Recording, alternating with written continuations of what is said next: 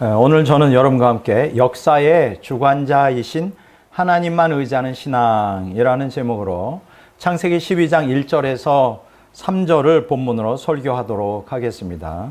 제가 본문을 읽도록 하겠습니다. 여호와께서 아브라함에게 이르시되 너는 너의 고향과 친척과 아버지의 집을 떠나 내가 내게 보여줄 땅으로 가라. 내가 너로 큰 민족을 이루고 내게 복을 주어 내 이름을 창대하게 하리니 너는 복이 될지라. 너를 축복하는 자에게는 내가 복을 내리고 너를 저주하는 자에게는 내가 저주하리니 땅의 모든 족속이 너로 말미암아 복을 얻을 것이라 하신지라. 아멘.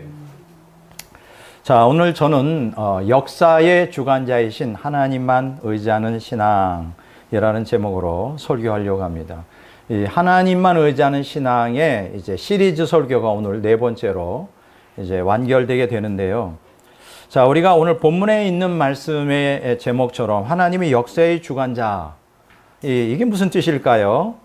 하나님이 역사의 주관자다. 이것은 하나님이 만물을 창조하신 절대 주권자로서 인간 구원을 위하여 역사를 주관하신다.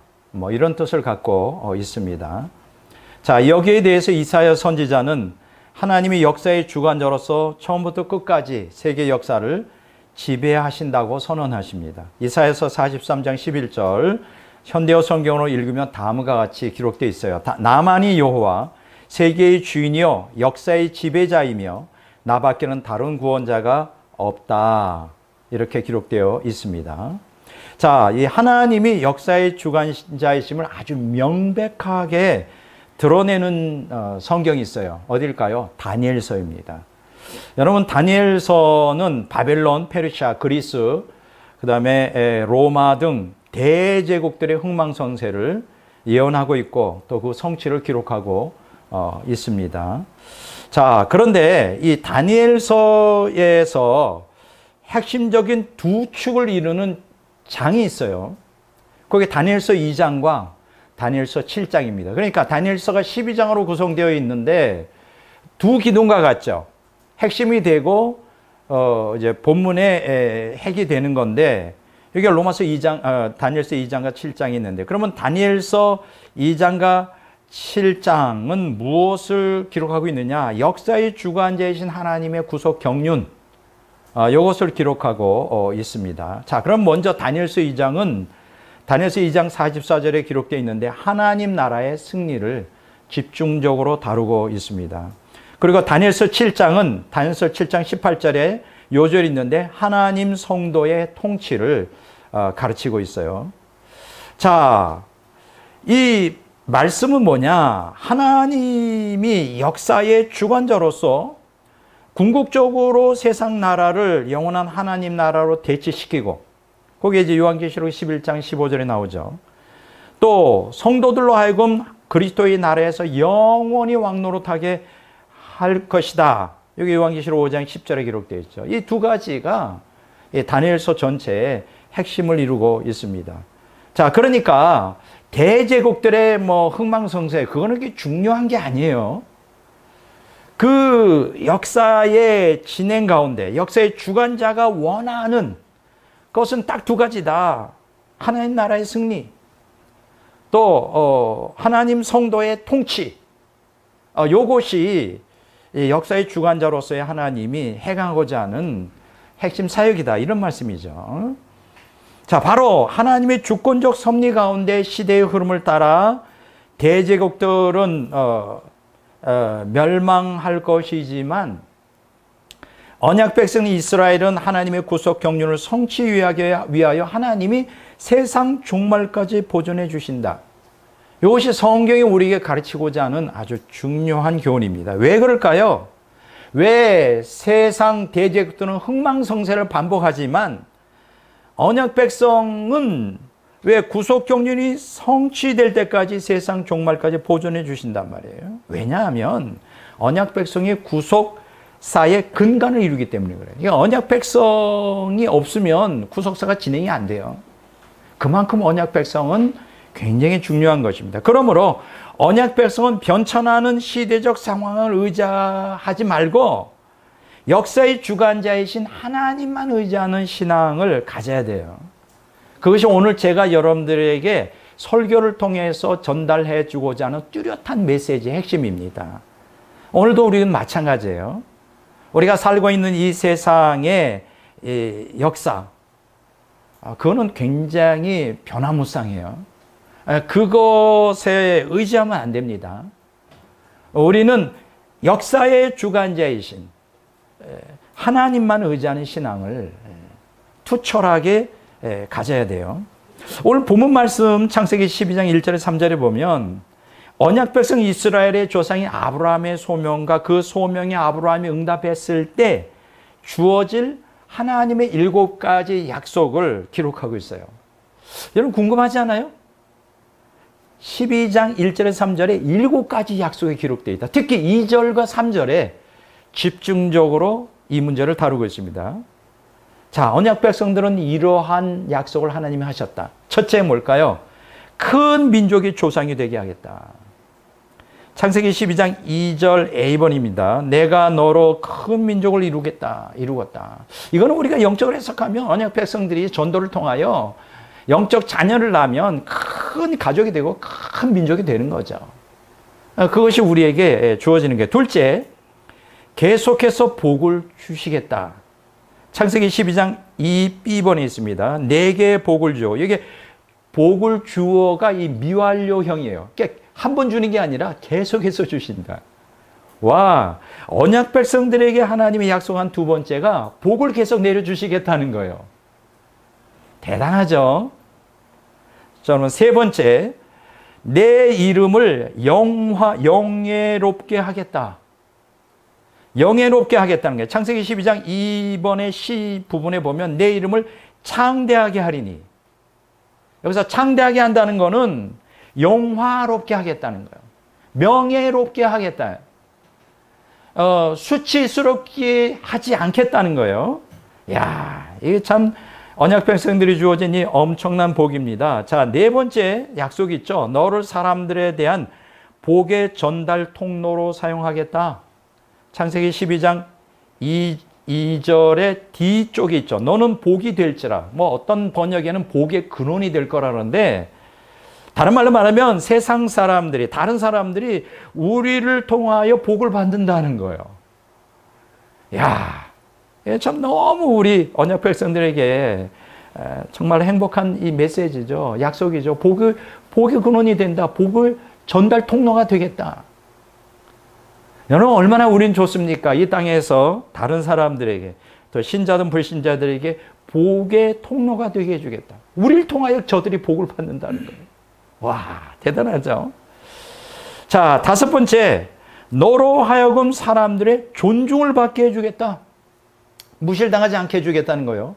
아, 정말 너무나 존귀롭습니다. 너무 훌륭한 분이세요. 너무 필요한 분이세요. 이렇게 이제 존중을 받게 한다는 거예요. 창세기 12장 3절 A번에 보는 너를 축복하는 자는 내가 복을 내리고. 그러니까 이 복을 받으려면 누구하고 같이 지내? 언약 백성하고 같이 지내면 되는 거예요. 물론 모든 언약 백성들에게 주어지는 거 아니죠. 불순종한 언약 백성들은 이런 복을 못 받겠죠. 진짜 하나님을 사랑하는 언약 백성들을 하고 함께 있으면 자다가도 떡을 얻어먹는다. 뭐 이런 얘기를 할 수가 있겠습니다. 자, 여섯 번째, 너를 사람들의 경멸에서 보호해 주겠다.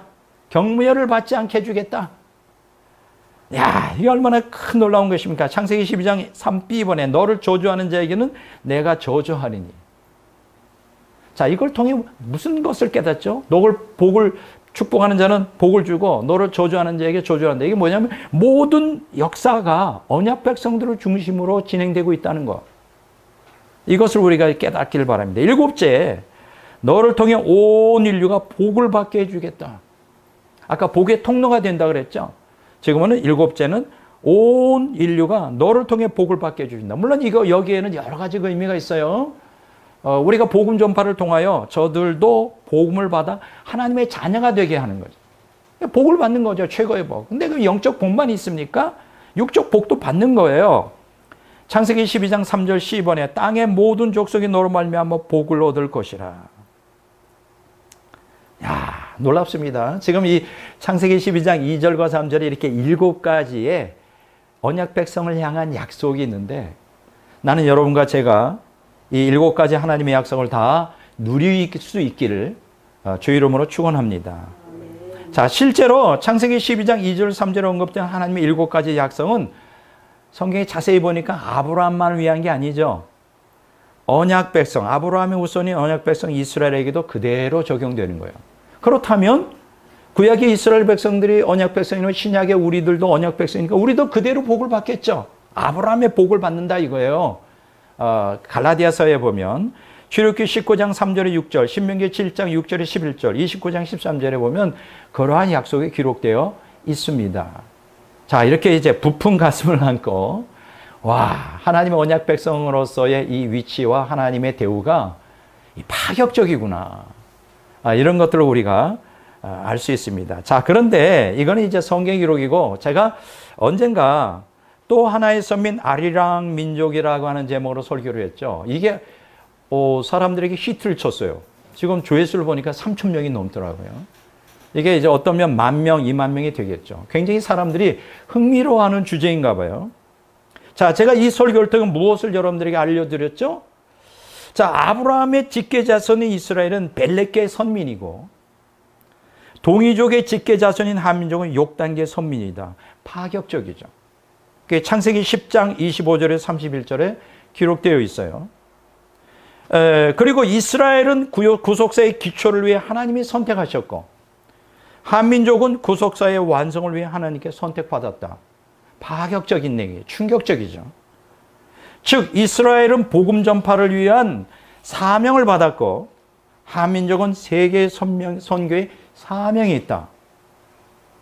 그러니까 이스라엘은 그 안에 기초를 형성하는 이제 초기 단계 구속 경륜의 초기 단계에 선택을 받은 민족이에요. 기초를 다지고. 그 마지막 때 이 마지막 구속사를 완성하는데 하나님께 쓰임 받을 민족이 누구일까? 한민족이에요. 저는 100% 확신하고 있습니다. 이게 한민족은 세계 선교의 사명을 받고 있는 거예요. 그렇기 때문에 하나님께서 이 한민족을 귀하게 여기시고 보존하시고 번창케 하시는 거예요. 우리가 이렇게 정말 가난에 찌들었고 타민족의 억압과 압제를 오랜 세월 동안 받았던 이 한민족이 지금 부흥하고 있는 것은 우연이 아니에요. 우리가 잘나서가 아니란 말이에요. 하나님의 주권적 섭리가 있는 것입니다. 나는 여러분들이 이 사실을 깨닫기를 바랍니다. 제가 한민족 상고사를 연구하고 있는데 저는 요새 아주 충격에 충격을 받고 있어요. 뭐 그 얘기는 지금 여기서 할 수가 없고요.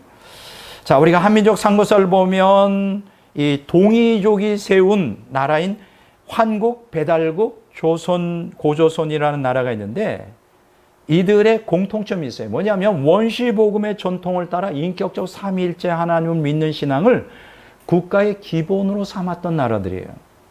아주 충격적입니다. 자, 이런 특징을 우리가 어디서도 도드라지게 할 수 있느냐. 한민족의 경전. 저는 이걸 원시복음의 경전이라고 지칭하는데 천부경 3일신고 참전개경이라는 책이 있는데 거기에 잘 드러나 있어요. 여러분, 우리 한민족 하면 이제 우리가 떠오르는 게 고조선이잖아요. 고조선. 뭐 환국이니 배달국이니 뭐 이름은 거의 들어본 적이 없는 사람들이 많은 것 같은데 고조선은 알아요. 이름 정도는 들어봐서. 근데 여러분, 고조선의 건국이님이 뭔지 아십니까? 홍익인간이에요. 홍익인간. 우리나라에 홍익대학도 있죠. 이 홍익이라는 게 굉장히 중요한 얘기예요. 그럼 이 홍익인간이라는 게 뭐냐? 인간 세상을 널리 이롭게 한다. 이게 고조선이 설립 목적이며 취지인 거예요. 인간 세상을 널리 이롭게 된다. 다른 말로 말하면 이 고조선은 하나님을 경외하는 나라였고 그 결과 이웃사랑을 실천하기 위하여 세워진 나라란 말이에요. 그러니까 우리 한민족은 여러분 모든 인류 역사를 연구해 보면 모든 제국들 좀 나라가 좀 강해지고 커지면 항상 다른 나라를 침공하고 약탈하고 압제하고 그랬어요. 우리 한민족은 그렇지가 않아요. 우리나라가 정말 강성한 10대 경제 대국이 있었고 정말 K로 불리는 K컬처, K문화, K드라마, K뮤직, 뭐 K푸드까지 뭐 K 뭡니까? 문사, 군사 무기까지 막 지금 전 세계로 히트를 날리고 있는데 이렇게 강해지고 앞으로 강해진다 할지라도 절대로 다른 나라에게 해를 끼칠 나라가 아니에요. 왜냐하면 우리는 홍익인간 이러한 정신의 후예이기 때문에요. 이처럼 또 하나의 선민 동이족의 후예인 한민족은 종말의 끝에 홍익인간을 구원하기 위해 세계 선교의 사명을 감당하도록 하나님이 보존하고 있는 거예요. 그러니까 이 온 인류 역사에서 이 한민족이 종말의 끝에 롤 모델이 되는 거죠. 야, 저런 나라가 돼야 돼. 한민족, 대한민국, 우리는 본받아야 돼. 이렇게 지금 하나님께서 우리를 높여주고 있어요. 여러분 아십니까? 신명기 32장 10절, 스가랴서 2장 8절. 그렇기 때문에 하나님께는 이제 한민족이 너무나 너무 귀한 존재인 거예요. 그래서 보존하고 있는 거예요. 고난이 많았지만. 저는 오늘 설교를 통해 세 가지의 실제적인 예를 통하여 정말로 하나님이 얼마나 우리 한민족을 사랑하고 고난 가운데서 역경 가운데서 보존했고 앞으로 하나님께서 어떻게 쓰실 것인가에 대한 비전을 여러분들에게 제시하려고 합니다. 첫째가 뭐냐? 임진왜란 때 조선을 2번 살리신 하나님이에요. 들어보셨습니까?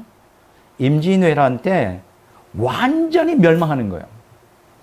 그런데 하나님께서 2번 살리셨어요. 이거는 제 얘기가 아니라 어떤 책에 어떤 저자가 쓴 내용을 요약한 거예요. 한번 들어보실래요? 하나님이 한민족을 얼마나 사랑하시는가? 또 하나님이 우리 한민족을 얼마나 귀하게 여기시는가? 우리는 그것은 조선시대부터 우리가 역사를 추적해 올라가면서 우리가 발견할 수가 있는 거예요. 이 조선시대에 특히 임진왜란 때 2번 우리 한민족을 살렸어요. 자, 1592년 일본이 15만 대군이 쳐들어와서 조선시대 최대의 국난이었던 임진왜란이 일어났습니다. 당시 일본 인구가 얼마였을까요? 2천만 명이 넘었어요. 그렇다면 한민족은 얼마였을까요? 1,000만 명이 안 되었어요. 그리고 거기다가 더 심각한 문제는 이 조총으로 무장하여 세계적 수준의 군사력을 보유한 일본은 조선뿐만 아니라 명나라까지도 이길 수 있는 화력을 소유하고 있었어요. 뭐 그 앞에 뭐 조총으로 총을 가지고 화살을 대항이 됩니까? 안 되는 거죠. 그런데 말이죠. 참으로 기이한 일이 벌어집니다. 전쟁이 일어난 지 60년이 지난 어느 날 조선에 쳐들어왔던 왜군은 겨우 수천 명이 간신히 살아서 일본으로 돌아가요. 다 죽습니다. 15만이 왔는데 수천 명만 살아남아요. 이러한 기적은 하나님이 돕지 아니하면 결코 일어날 수 없는 사건이에요. 여러분 한번 들어볼까요? 왜군이 침략한 지 2달 만에 한양, 개성, 평양이 차례로 함락당합니다. 뭐 힘이 없죠. 조선의 운명은 바람 앞의 등불이었어요. 자, 왜군은 당시 그때 도요토미 히데요시, 우리가 한문으로는 풍신수길이라고 그러죠. 도요토미 히데요시의 오른팔, 왼팔 장수들이 있었습니다. 대단한 명장들이었어요. 오른팔은 누구였냐? 고니시 유키나가 소소 행장이라고 들어보셨죠? 한문으로. 또 왼팔은 가토 기요마사 가등청정이라고 한문으로 우리가 발음합니다만 뭐 들어보셨을까요? 소소 행장 가등청정 풍신수길 뭐 이런 얘기는 들어봤습니다. 어쨌든 이 걸출한 2명의 장수를 앞세요. 이제 도요토미 히데요시가 이제 북진에 이 나라를 완전히 점령하려고 시도하고 있었어요. 자, 가토 부대, 그러니까 가등청정이 인도하는 이 가토 부대는 함경도 끝자락까지 막 치고 올라가요, 순식간에. 그래서 조선의 2명의 왕자를 생포합니다. 엄청난 공을 세운 거죠. 자, 한편 고니시 부대, 그러니까 고니시 부대는 누굽니까? 고니시, 유키나가, 그러니까 소송행장, 요 부대는 거침없이 평양을 함락하죠. 그런데 그때 마침 바로 평양 근처에 가까이에 인접한 곳에 의주라는 곳이 있는데 우리 조선의 조종, 그리고 왕을 포함한 조종들이 그쪽으로 피신해 갔어요. 그러니까 평양에서 그 의주까지는 얼마 거리가 안 돼요. 여차하면 이제 압록강을 넘어서 이제 명나라로 도주하려고 준비하고 있었어요. 왕을 포함한 이 사신들이, 그 조종 대신들이. 여러분 한번 생각해 보세요. 만약에 조선의 왕 선조가, 맞습니까? 선조가 압록강을 건너면 어떻게 될까요? 한반도는 완전히 끝장나는 거예요. 왕이 없고 또 조선의 조정이 없는데 끝장나는 거죠. 끝나는 거예요, 이제. 그러면 여러분 그때 이미 우리는 일본에 흡수돼서 아리가또 이런 일본어를 지금 쓰게 될 거예요. 한국이라는 거 없어져 버려요. 1500년 당시에. 그때 임진왜란 때 완전히 망했으면 좀 여러분과 저는 일본 사람이에요. 굉장히 좀 이상한 생각이 들지 않습니까? 그리고 만약에 안에 이제 선조가 만약에 압록강 건너서 명나라로 도망가는데 명나라 정말 작심을 하고 그래 도와줄게 하고 일본을 쳐들어오기도 힘들 거예요. 명나라가 어떻게 싸워요? 그 청일전쟁도 지잖아요. 일본에. 그러면 어떻게 됐을까? 명나라는 또 머리가 돌아가니까 압록강에서 아마 협상을 했을 거예요. 명나라가 일본하고 자 우리 여기서 전쟁하지 말자. 반반씩 갈라먹자. 그렇게 됐던가? 어쨌든 뭐 압록강을 건넜든 건너지 않았든 더 명나라가 다시 밀고 내려왔다 하더라도 더 이상 조선 땅은 아닌 거예요. 그렇지 않겠어요? 중국 명나라가 다스리든지 일본이 다스리든지 우리나라는 없어지는 겁니다. 자, 그런데 자 그렇게 되니까 어떻게 됩니까? 그때 당시에 그 이순신과 유송룡이라는 이러한 충신들이 있었어요. 이 사람들이 최악의 경우를 맞더라도 심지어 임금과 신하가 모두 이 땅에서 죽는다 할지라도 절대 결사항전의 의지를 가지라. 이 나라를 떠나서는 안 된다. 막 그냥 간절하게 상소를 올리고 절대 안 된다고 이제 그렇게 했어요. 자, 그런데 이런 과정에서 이상한 일들이 벌어집니다. 무슨 일이 벌어지느냐? 평양을 순식간에 점령한 고니 씨가 더 이상 진격을 멈추는 거예요. 아니 바로 옆이 의주인데 의주를 눈앞에 두고 평양에 얼마 동안 머무르냐? 6개월 동안 아무 일도 안 하고 그냥 가만히 있어요. 평양에 6개월 동안. 이게 이상하지 않아요? 한 달도 아니고 2달도 아니고 6개월 동안 아무 일도 안 하고 그냥 평양에 머물러 있어요. 이런 것도 한번 생각해 본 적 아니에요? 만약 고니 씨의 경전교에도 가토에게 평양을 맡겼다면 틀림없이 이 가토는 이 의주까지 곧바로 진격에 올라가서 완전히 점령해 버렸을 거예요. 그리고 압록강을 맞대고 명나라와 조선의 분할을 놓고 단판을 벌였을지 모릅니다. 근데 이상하게 고니 씨가 그 평양을 맡았는데 6개월 동안 꼼짝하지 않고 있었다. 여기서 우리 한 가지 실마리를 찾을 수 있습니다. 놀랍게도 고니 씨는 기독교 신자였어요. 물론 로마 카톨릭이었지만 천주교 신자였지만 하나님을 경외하는 사람이었어요. 신앙이 좋은 사람이었어요. 아마 어떤 계시를 받지 않았을까? 너희는 더 이상 진격하지 마. 그럴 수도 있잖아요. 하나님의 어떤 그 계시를 받았을지도 모른다. 그렇다면 하나님의 고니 씨의 마음을 움직인 게 아닐까? 뭐 이런 추측할 수밖에 없죠.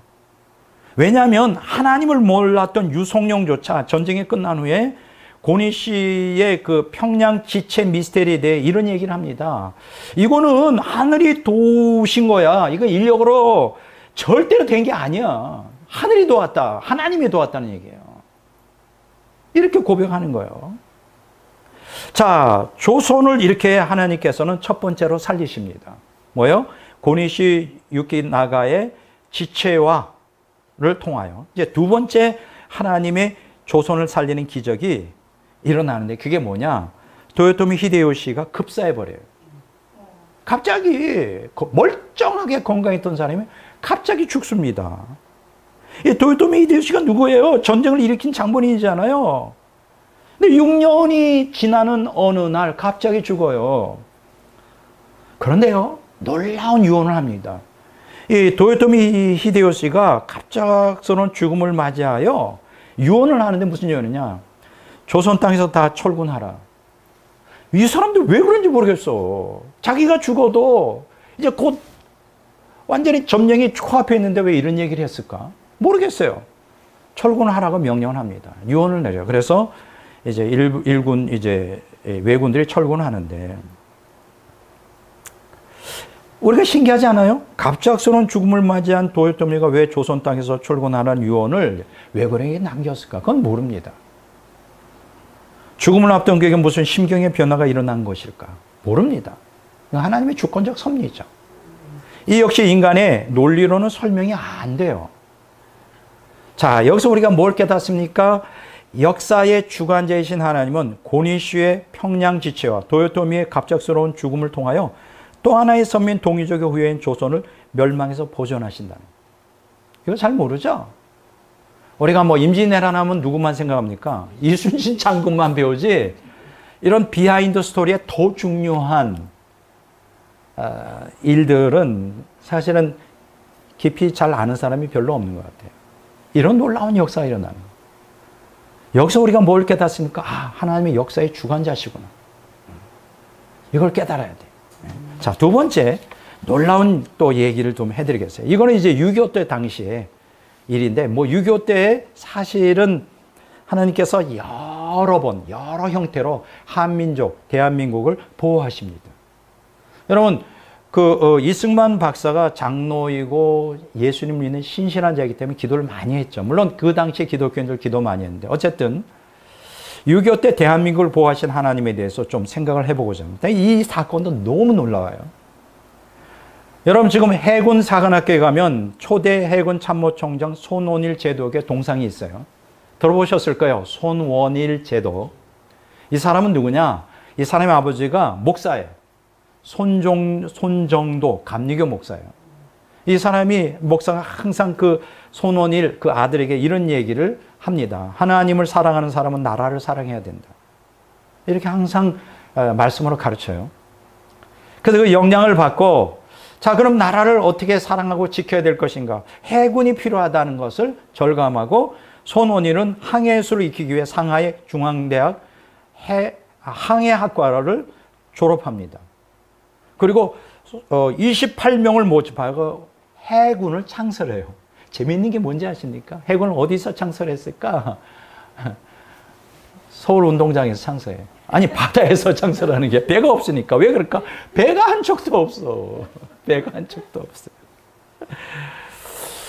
자, 이렇게 이제 해군이 창설됐는데 배가 없는데 배를 구입해야 될 거 아니에요. 1949년 6월에 그냥 막노동을 하고 모금을 하고 또 후원을 해가지고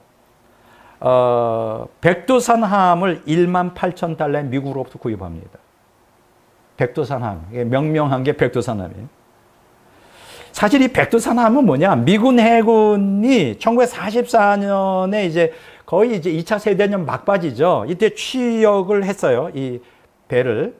근데 곧 끝나잖아요. 그러니까 퇴역을 시켜 무기를 모두 떼어낸 후에 뉴욕지에 해양대학교의 운동장에 설치해놓고 실습용으로 사용하던 그냥 배예요, 배.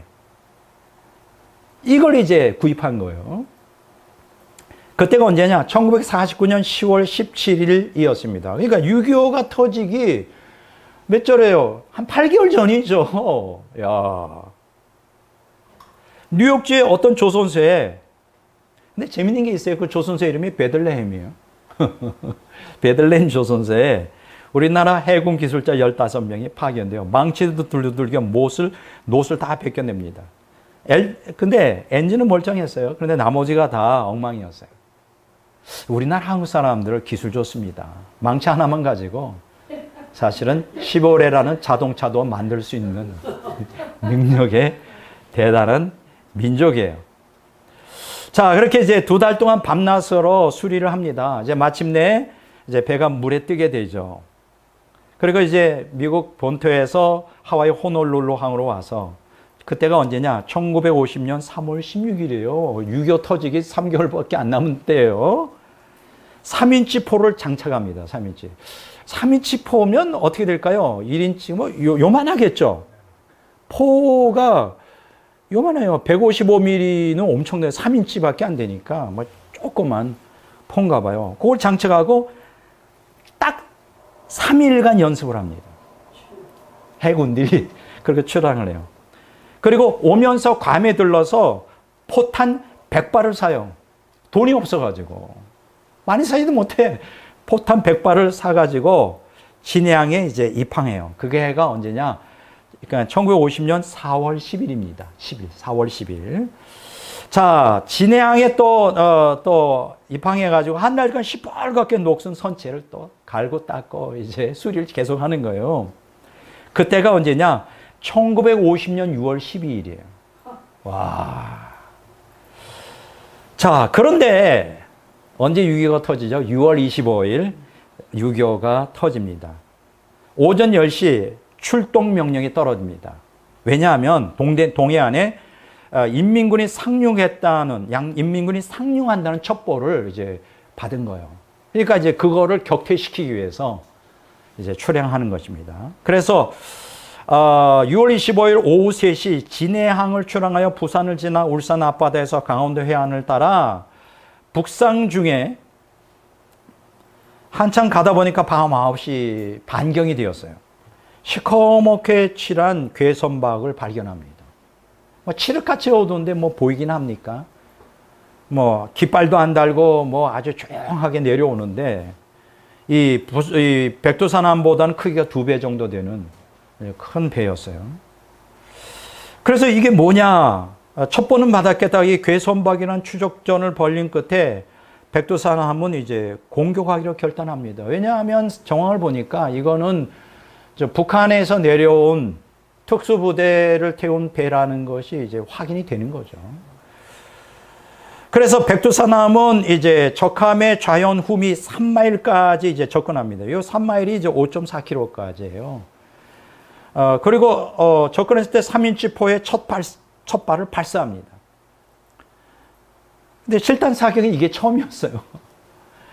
근데 뭐 잘 맞습니까? 뭐 5km, 5.4km 떨어졌는데 뭐 조그만 포탄이 맞겠어요. 계속 쏘는 거지. 적함과의 거리를 3,000야드, 약 2.7km까지 좁히고 이제 막 접근하는데 적탄이 이제 막 날라오기 시작하는 거예요. 적탄도 날라오고 포탄도 날라오고 막 이제 계속 쏘니까 포신이 또 뜨거워지니까 냉수 적신 수건으로 식히면서 포격전이 20분 동안 계속됐습니다. 그래서 그 20분 동안 몇 발을 쐈느냐? 30발을 소비했어요. 100발 다 써보면 이제 쏠 폭탄이 없는 거예요. 폭탄도 아껴가면서 써야 되는 거예요. 참, 이런 게 참 기가 막힌, 아이고, 기가 막혀요, 참. 어쨌든 이렇게 막 이제 백두산함이 최고 속력으로 적감을 향해 돌진해. 좀 더 가까이 가야 맞을 거 아니에요. 그래서, 쐈는데 드디어 적선의 함교를 폭파시키고, 이때 적함의 함교 폭파가 적함 마스트를 갖다가 꺾여 나갑니다. 포텐에 맞은 거예요. 그때가 이제 새벽 1시 10분경이에요. 적함과의 거리가 이제 300야드까지 가까워져서 274m죠. 근데 이때 적함에서 폭탄이 날라온 게 이제 백두산함의 조타시를 뚫고 폭발해 버렸어요. 그래가지고 또 하나의 폭탄이 또 떨어졌는데 주포 갑판에 떨어져요. 이때 곳에 있었던 조타수 김창학, 장전수, 조병익 이 해군이 전사합니다. 조병익이 쓰러져요. 중상을 입는데 군의관이 이제 심한 발멀미로 목에 깡통을 단 채 응급수술을 했죠. 근데 피를 너무 많이 흘려서 이 3명 중에 2병사가 전사합니다. 자, 그런데 마침내요. 얼마나 집요하든지 새벽 1시 30분에 적감이 격침돼요. 3인치 포를 맞고 격침되고 맙니다. 자, 여기서 우리가 깨닫게 되는 게 뭘까? 여러분 한번 생각해 보세요. 지금 북한이 짧은 그 기간 동안에 낙동강 전선까지 밀고 내려오잖아요. 그렇죠? 낙동강 전선. 그래서 북한이 계획된 건 김일성이 계획된 건 8.15까지는 부산까지 점령한다. 6월 25일 날 이 전쟁을 일으켜가지고 8월 15일이면 뭐 한 7월, 8월, 그 뭐 2달도 안 되는 게 부산까지 점령하려고 그랬어요. 부산까지 점령하면 어떻게 되죠? 우리는 적화되는 거예요. 끝나는 거예요. 여러분, 상적으로 할 때 이제 낙동강 전선까지 이제 최후의 방어선이잖아요. 그래서 거기서부터 밀고 들어가지 않아요. 밀고 올라가잖아요. 그렇게 되려면 부산은 이렇게 확보가 돼야 되는 거예요. 아군에게. 거기에 물자가 다 들어오니까. 군수 물자, 모든 물자, 그리고 다 들어오잖아요. 근데 만약에 이때 6.25가 터지고 바로 그 다음날 아무런 저항받지 않고 부산에 600명의 특수부대 요원들이 들어와서 부산을 다 점령했다면 어떻게 해요? 우리는 끝장나는 거예요. 그렇게 생각하지 않으세요? 굉장히 무서운 거죠. 근데 하나님의 주권적 섭리 가운데 역사의 주관자이신 하나님이 6.25를 통하여 대한민국이 멸망하는 걸 원하지 않았던 거죠. 보존하기로 결단하신 거예요. 만일 손원일 이 제독이 백두산 함을 사지 않았다면, 이런 언신이 없었다면 우리는 끝장나는 거예요. 하나님께서 이 사람을 통하여 이 한민족을 적화 통일되지 않게 건지신 거죠. 참 나는 이런 일들이 우리 대한민국에 많이 일어나고 있어요. 앞으로도 일어날 거예요. 왜냐하면 우리는 언약 백성이기 때문에, 마지막 때 선교 사명이기 때문에 우리는 망해서는 안 되는 나라예요. 망하지 않을 거예요. 나는 어떤 어려움이 있다 할지라도 망하지 않습니다. 우리 한민족은. 저는 그런 확신을 갖고 있어요. 자, 이렇듯 역사의 주관자이신 하나님은 손원일 제독을 통하여 또 하나의 선민 동이족의 후예인 대한민국을 멸망에서 보존하였어요. 이런 얘기를 아는 분들이 별로 없는 것 같더라고요. 뭐 6.25 하면 낙동강 전선 생각하고, 뭐 요 근래 뭐예요? 뭐 9.28 수복 때문에 이제 인천 상륙 작전, 뭐 그 정도 생각하지, 뭐 이런 일들이 일어났다는 거를 뭐 아는 사람은 별로 없는 것 같은데 놀랍죠. 자, 세 번째, 이제 그동안 두 번은 하나님 임진왜란 때 하나님 보존, 또 6.25 때의 하나님의 보존에 대해서 언급했는데, 이제 세 번째는 오늘 저와 여러분들이 살고 있는 지금 현재의 상황에 대해서 하나님의 보호하시는 역사가 얼마나 절실한가, 우리에게. 그래서 여러분들에게 좀 기도를 부탁드리기 위해서 오늘 세 번째 부분을 말씀드리려고 합니다. 세 번째 뭐냐? 지정학적 위기에 처한 대한민국이에요. 오늘 여러분들, 저와 여러분들이 지금 편안하게 살고 있는데, 지금 대한민국이 얼마나 위태로운지 알고 계신가요? 내가 볼 때는 별로 심각하게 생각하는 분들이 없는 것 같더라고. 왜냐면 70년대간 전쟁이 없어서 우리도 모르게 묻어져 버렸어. 물론 저는 6.25 전후에, 1954년생이니까 후의 세계지만 6.25에 대한 그 교육을 많이 받았고, 이렇게 전쟁에 대한 교육을 받아서 그래도 그런 의식이 있는데, 오늘날 태어난 뭐 1980년대 경제가 발전한 이 시대에 경제적인 부를 누리는 젊은이들은 그런 개념이 전혀 없는 것 같아요. 전쟁에 대한 두려움이나 이 불안이 전혀 없는 것 같아요. 왜냐하면 70년 동안 전쟁이 없었으니까. 저는 오늘 이 설교를 통하여 이 세 번째 주제를 다루면서 경각심을 불러일으키려고 합니다. 어느 정도로 심각한가. 지금 대한민국은 불안한 국제 정세로 인해 6.25 전쟁 이후 가장 위험한 지정학적 위기에 처해 있어요. 이건 제 얘기가 아닙니다. 지금부터 하는 얘기는 전문가들이 지금 계속해서, 지금 벌써 1년 전부터 계속해서 하루가 멀다가 쏟아내는 이야기들을 좀 총정리하여, 그럼 우리는 어떻게 할 것인가, 언약 백성들은. 이제 기도를 해야 되는데, 이제 그것을 좀 이 시간에 말씀드리려고 합니다. 지금 대한민국은 지정학적으로 매우 불리한 위치에 놓여 있어요. 우리나라 수출입의 99.7%가 바다를 통해 이루어집니다. 그러니까 항공을 통해서도 오지만 바다를 통해 거의 대부분 와요. 99.7%가. 그런데 그 중에 물동량의 3분의 1이 중국과 대만 사이에 대만 해협을 지나갑니다. 왜냐하면 거기가 지름길이에요. 그러니까 삥 들어오면 시간도 많이 걸리고 그 운송비가 많이 들겠죠. 수출입에 있어서. 그렇잖아요. 근데 그게 직통 제일 가까운 게 뭐야? 대한해협이에요. 지금 중국과 대만이 지금 전쟁을 벌이려고 하고 있죠.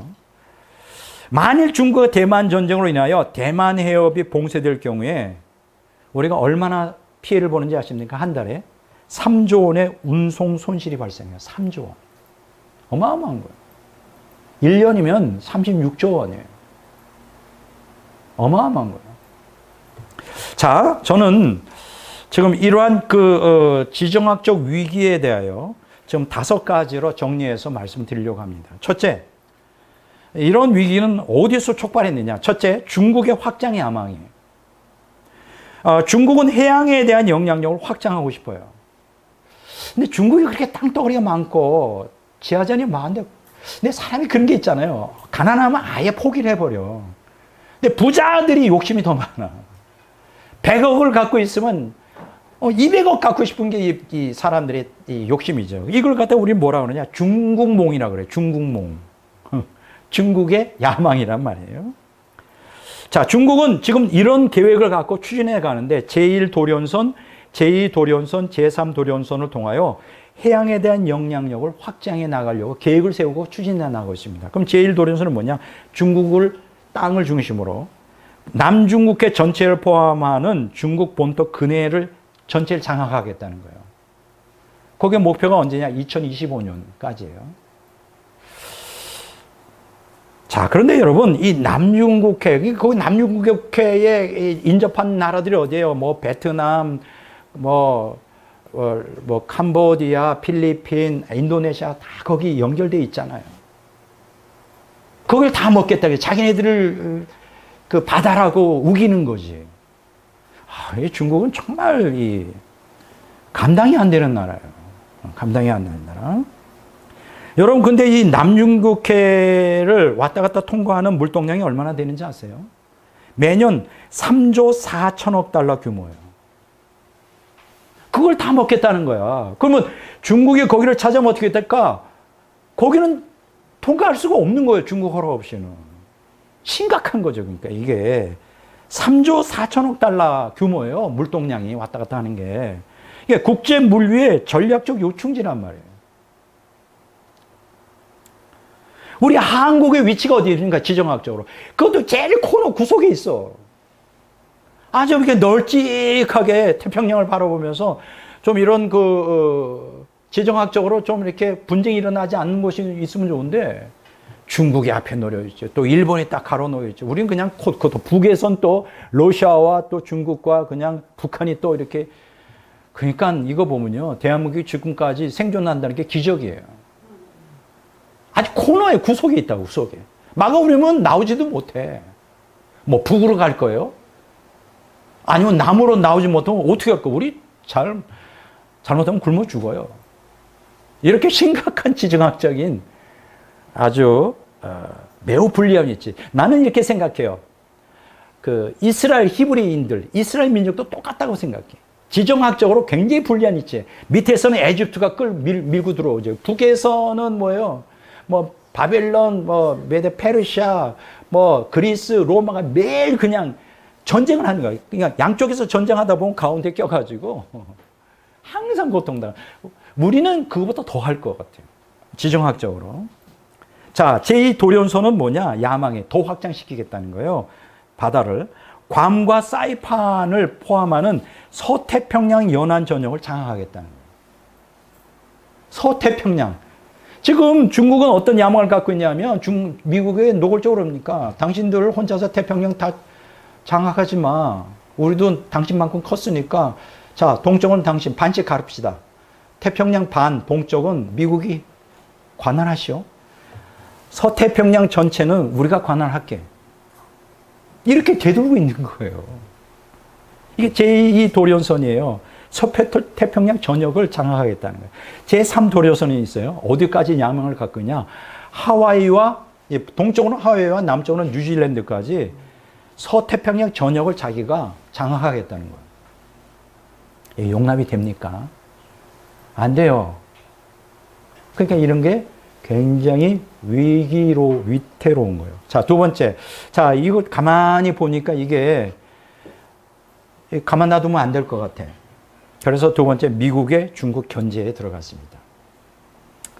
여러분, 중국의 국가주석 덩샤오핑 알죠? 이 사람이 참 대단한 사람인데요. 1978년 12월에 사회주의 시장 경제를 주창합니다.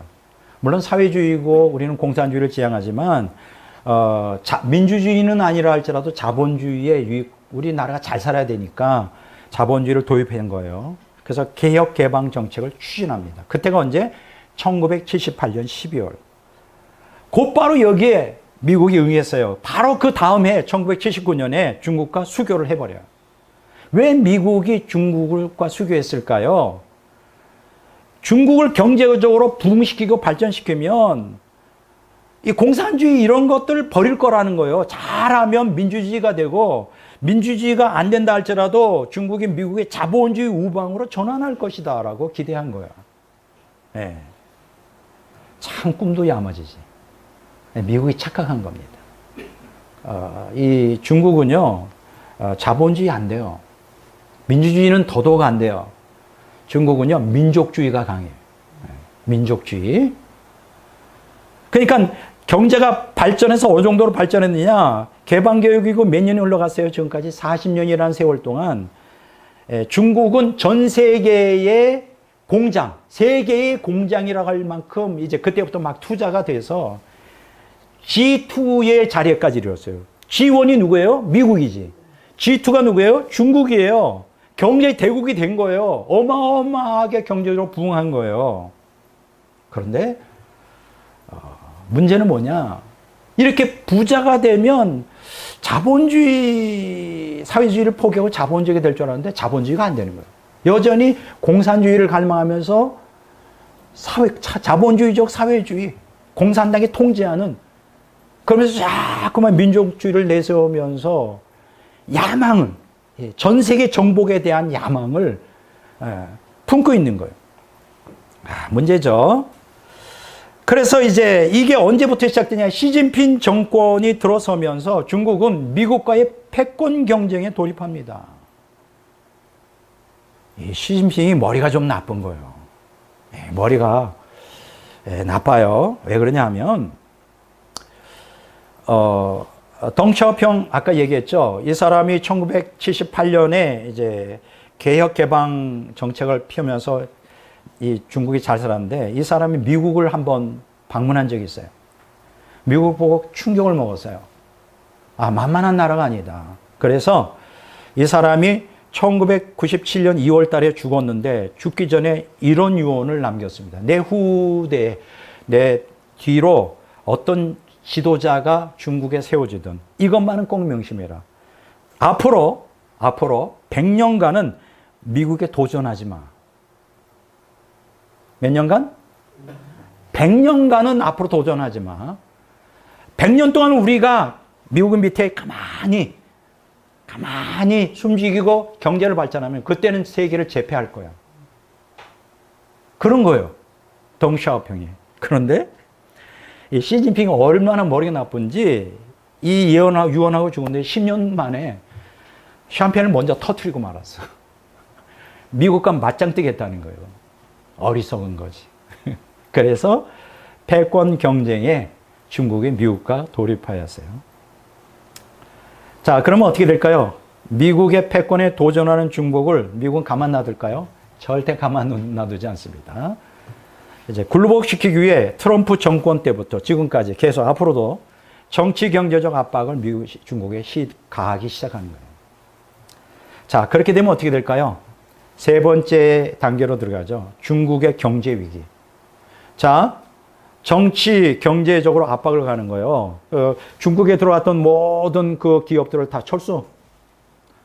다른 나라, 뭐 인도나 다른 뭐 베트남이나 다른 나라로 다 옮기고 이제 중국을 키워주면 안 되겠다. 경제적으로도 압박을 이제 하기 시작하는 거예요.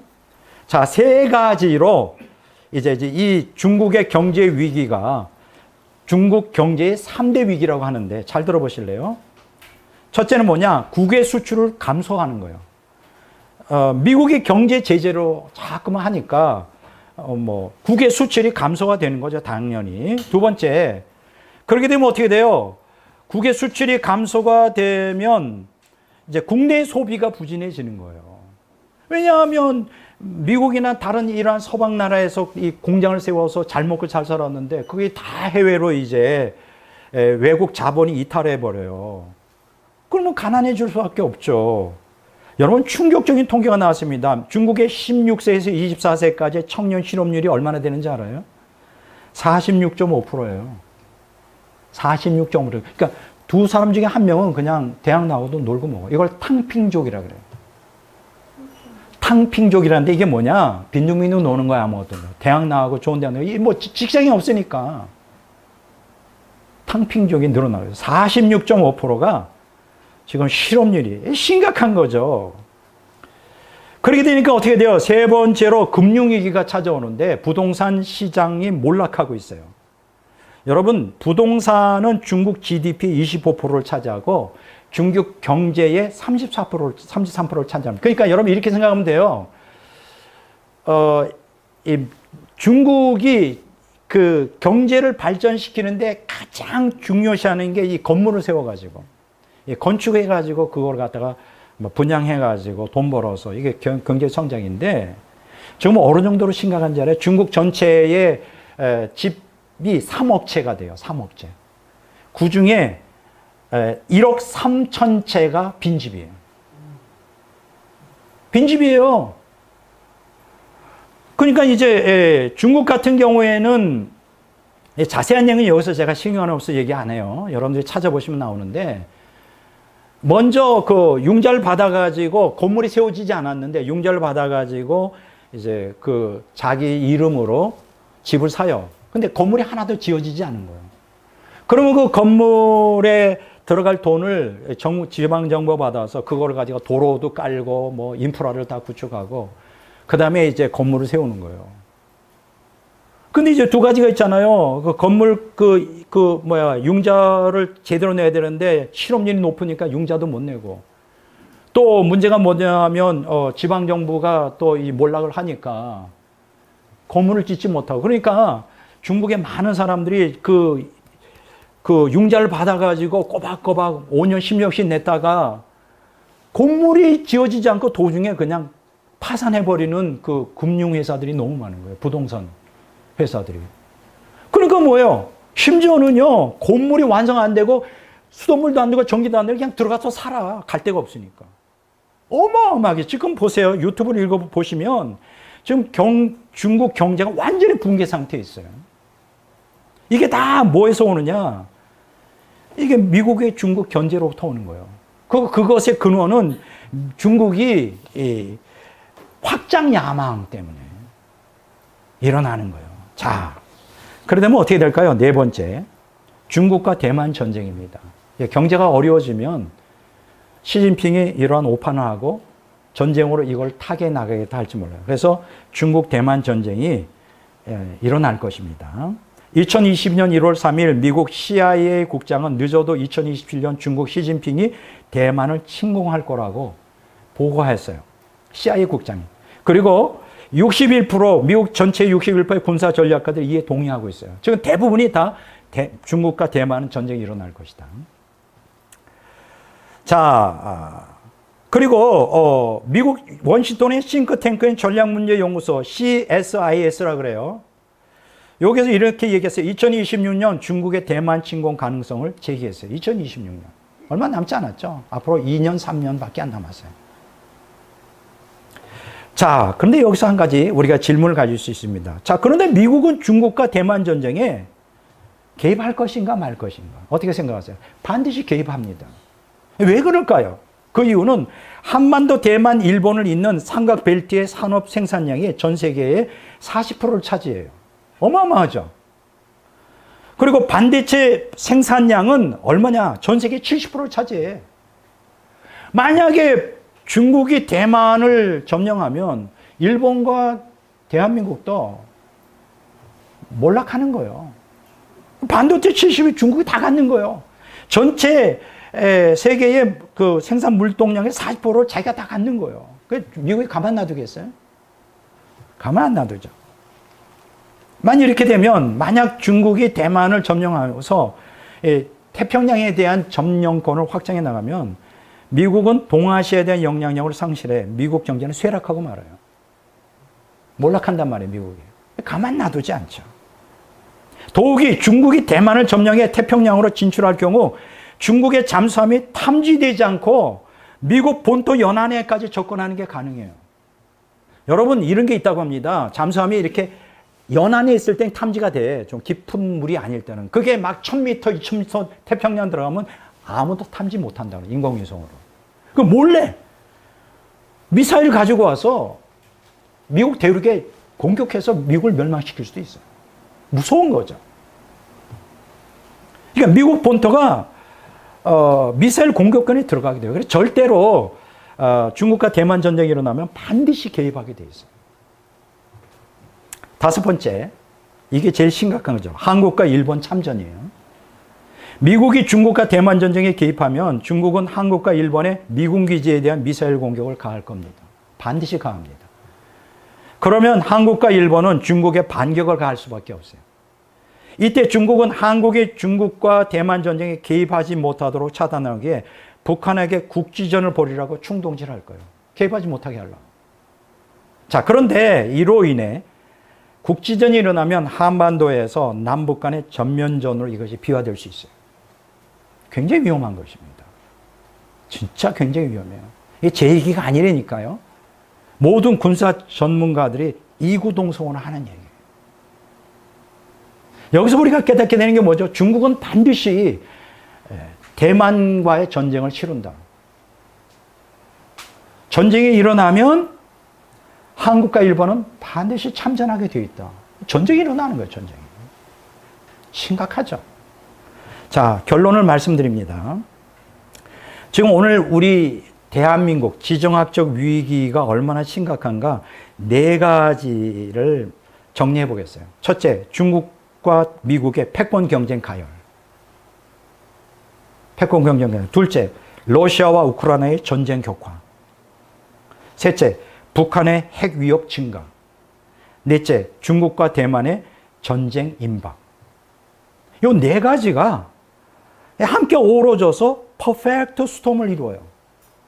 여러분, 퍼펙트 스톰이라는 거는 뭐 여러 가지 폭풍이 함께 어우러져서 완전히 끝장내는 이러한 그 사람을 죽이는 그러한 무서운 폭풍을 얘기하는 거예요. 퍼펙트 스톰.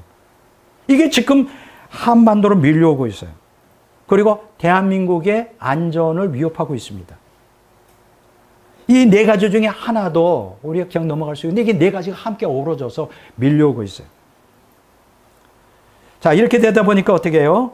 이로 인해 한중일과 북중로로 양분되는 경제안보의 블록화가 급속도로 형성되고 있습니다. 지금 그렇게 되고 있잖아요. 한중일 연합하고 있잖아요. 경제, 군사적으로. 또 북중로가 또 연합하고 있잖아요. 무서운 일이에요. 양분되고 있어요. 여러분, 그 한미일 경제가 세계 GDP의 32%를 차지한다고 합니다. 그러니까 미국의 입장에서는 일본도 포기 못하지만 한국도 포기 못하는 거예요. 한미일이 같이 62% GDP를 차지한대요. 대단한 나라죠, 대한민국도. 이런 국제 역학 관계에서 현재 가중되고 있는 중국 경제 파탄이 전쟁의 뇌관 역할을 할 수 있다는 게 무서운 거예요. 지금 중국 경제가 파탄 나고 있어요. 이게 뇌관 역할을 할 수 있다. 언제든지 전쟁이 터질 수 있다는 거예요. 이런 지정학적 상황을 우리가 원하지 않는다 할지라도, 우리는 전쟁 원하지 않아요. 뭐 그런 거 있잖아요. 평화원. 이거는 우리하고 아무 관계가 없어요. 우리가 원하지 않아도 대한민국이 전쟁의 소용돌이에 그냥 휘말려 들어간다니까요. 이게 문제라는 거예요.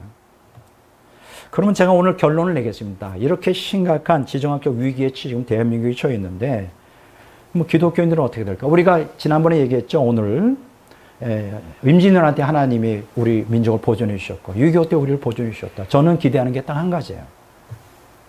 저는 하나님 의지합니다. 왜냐하면 역사의 주관자이신 하나님이 다시 한번 이 마지막 때 다시 한번 우리를 보존해 주기를. 어디 답이 없어요. 이거를 아무리 퍼펙트 스토리에 밀려오고 있는데 이걸 아무리 전략가, 뭐 전문가들이 얘기한다 할지라도 해결책이 없어요, 지금. 아무도 해결 못해요, 이게. 얽히고 설켜가지고. 이런 상황 가운데서 우리는 어떻게 되냐. 역사의 주관자이신 하나님만 의지하는 것이 우리가 살 길이에요. 나는 그렇게 여러분들에게 드리고 싶습니다. 그러므로 기독교인들은 우리가 역사의 주관자이신 하나님만 의지하는 신앙으로 무장해야 돼요. 무장해서 또 하나의 선민 동이족의 후예인 대한민국이 전쟁에 참화해서 하나님의 보호를 받고, 전쟁이 일어난다 할지라도 그 참여해서 보호를 받아야 될 거 아니에요. 뭐 일어나지 않으면 좋겠지만 그런 경우는 거의 기대하기 어렵고, 일어난다 할지라도 참화해서 보호를 받아야 되죠. 또 이 상황이 전화위복이 돼서, 오히려 이 상황이 전화위복이 돼서 세계 선교를 위해 남북 통일과 G5 경제 강국으로의 도약 계기가 되도록 우리는 어떻게 되느냐? 하나님 간절히 정말 피눈 흘려 기도해야 돼요. 지금 대한민국의 모든 교회가 다 기도해야 된다고. 근데 이렇게 절박감을 느끼는 교회가 별로 없는 것 같아. 굉장히 심각한 상황입니다. 기도해야 돼요, 기도. 우리 기도해야 됩니다. 왜 기도해야 될까? 인간으로는 해결할 수가 없어요, 이게. 오직 하나님만이 역사의 주관자이시기 때문에, 하나님은 구속 경륜을 성취하기 위해 역사를 주관하시는 절대자 하나님이기 때문에 우리가 믿음으로 하나님께 기도하는 것이 가능하다. 또 그렇게 해야 된다. 오늘 기도해야 됩니다. 이해가 되시죠? 지금 우리가 이 지정학적으로 이 대한민국이 얼마나 위기 가운데 놓여 있는지. 사실은 어떤 측면에서는 어떤 나라보다 대한민국이 가장 위태롭습니다. 아주 구석에 있어, 구석에. 아주 코너에 있어요. 그것도 막다른 골목에. 하나님의 보호하심 없으면 우리는 생존하는 게 불가능해요. 그러나 나는 확신합니다. 이 나라가 망하지 않을 것이라고. 그리고 오히려 이러한 재앙이 전화위복에 대해서 우리나라는 G5 경제 강국으로 발전할 것이고 세계 선교를 마지막 때 감당할 것이라고. 왜냐하면 언약 백성은 구속사가 끝날 때까지 존재해야 되거든요. 네. 이해가 되시죠? 네. 자, 오늘 이 설교를 듣는 저와 여러분들이 오늘부터 열심히 대한민국을 위하여 이러한 심각한 국제 정황 가운데 우리나라가 보존하고 부흥할 수 있도록, 하나님의 역사의 주관자이신 하나님만 의지하여 승리할 수 있도록 우리 기도 열심히 하시기를 주의 이름으로 축원합니다.